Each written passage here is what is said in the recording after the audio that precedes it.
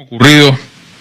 solamente el 0.13% de los residentes en el extranjero fueron habilitados para votar. Hubo una demora extensa en el proceso de cómputos, la privación de acceso a los datos a los sectores opositores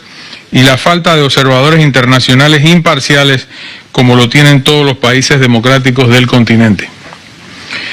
Por respeto a la historia de Panamá, como dije al inicio, por respeto a los millones de venezolanos que eligieron nuestra patria para vivir y por respeto a mis convicciones democráticas, no puedo permitir que mi silencio se convierta en complicidad. El gobierno de Panamá anuncia el retiro del personal diplomático de Venezuela y poniendo en suspenso las relaciones diplomáticas hasta tanto no se realice una revisión completa de las actas y el sistema informático del escrutinio de votación que permitan conocer la genuina voluntad popular. Igualmente, Panamá solicitará